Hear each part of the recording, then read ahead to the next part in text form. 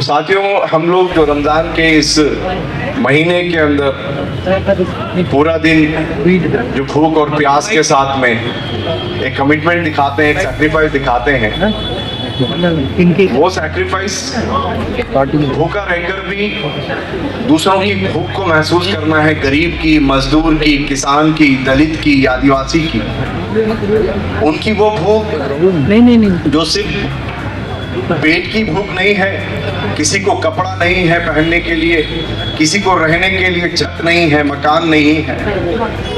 कई लोग, यहाँ आपको मालूम है हमारा देश ऐसी एक संस्कृति रखता है जो विश्व के अंदर सबसे बड़ा लोकतांत्रिक देश है। उसमें मलन्यूट्रिशन से जो हमारे कुपोषित बच्चे हैं, उनकी भूख प्यास भी हमारे जहन में आनी चाहिए, क्योंकि हम ये सिर्फ भूख रखकर एक कुर्बानी को वो तरीके से याद नहीं रखते, बल्कि एक मानवता के साथ हम उस चीज को याद रखने के लिए जाने जाते हैं। आप सब जानते हैं इस वक्त में जो हमारे मेन जो उद्देश्य होते हैं, जो सरकारें होती हैं, उनकी जिम्मेदारी रहती है कि रोटी, कपड़ा, मकान, स्वास्थ्य, शिक्षा हर शहरी को मिले, जो उसका फंडामेंटल राइट है, जो बुनियादी उसका हक है, और वो खौफ से आज़ाद हो, उसे कोई खौफ ना हो, बेखौफ हो।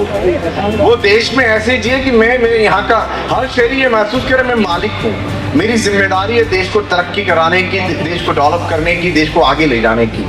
ये जिम्मेदारी को जानने वाले जो हमारे भारतीय को समझना था हमें, वो आज जो सरकार है, आज हमारे ही शहरियों पर उंगली उठाने लगी है। वो किसी एक, हम लोग सोचते हैं कि पर्टिकुलर किसी एक समाज को टारगेट कर रही है, बल्कि पूरे भारतवर्ष को टारगेट कर रही है। यहाँ के गरीबों को, मजदूरों को, किसानों को, आदिवासियों को, दलितों को, तमाम को। ऐसा नहीं कि सिर्फ माइनॉरिटीज में मुसलमानों को, क्रिश्चियंस को, या सिर्फ दलितों को, या सिर्फ सिखों को ही कर रही है। ये भी हमें समझना चाहिए। इसलिए हम ये भी कमिटमेंट लें कि ये कुर्बानियां जो हम देते हैं देश को बचाने के लिए है। पहले भी देश को आज़ाद कराने के लिए हम सब ने आज़ादियाँ, हमारे बुजुर्गों ने कुर्बानियां दी हैं, जेलों में गए हैं, शहीद हुए हैं देश आज़ाद कराने में।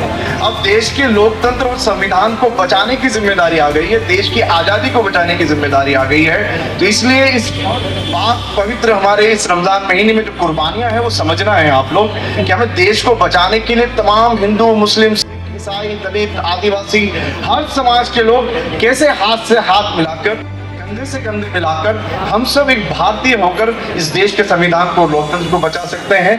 उस मुहिम को हम समझना है, और यही नारा हमारा जो पार्टी का, SCPI का रहता है, भूख से आज़ादी, खौफ से आज़ादी।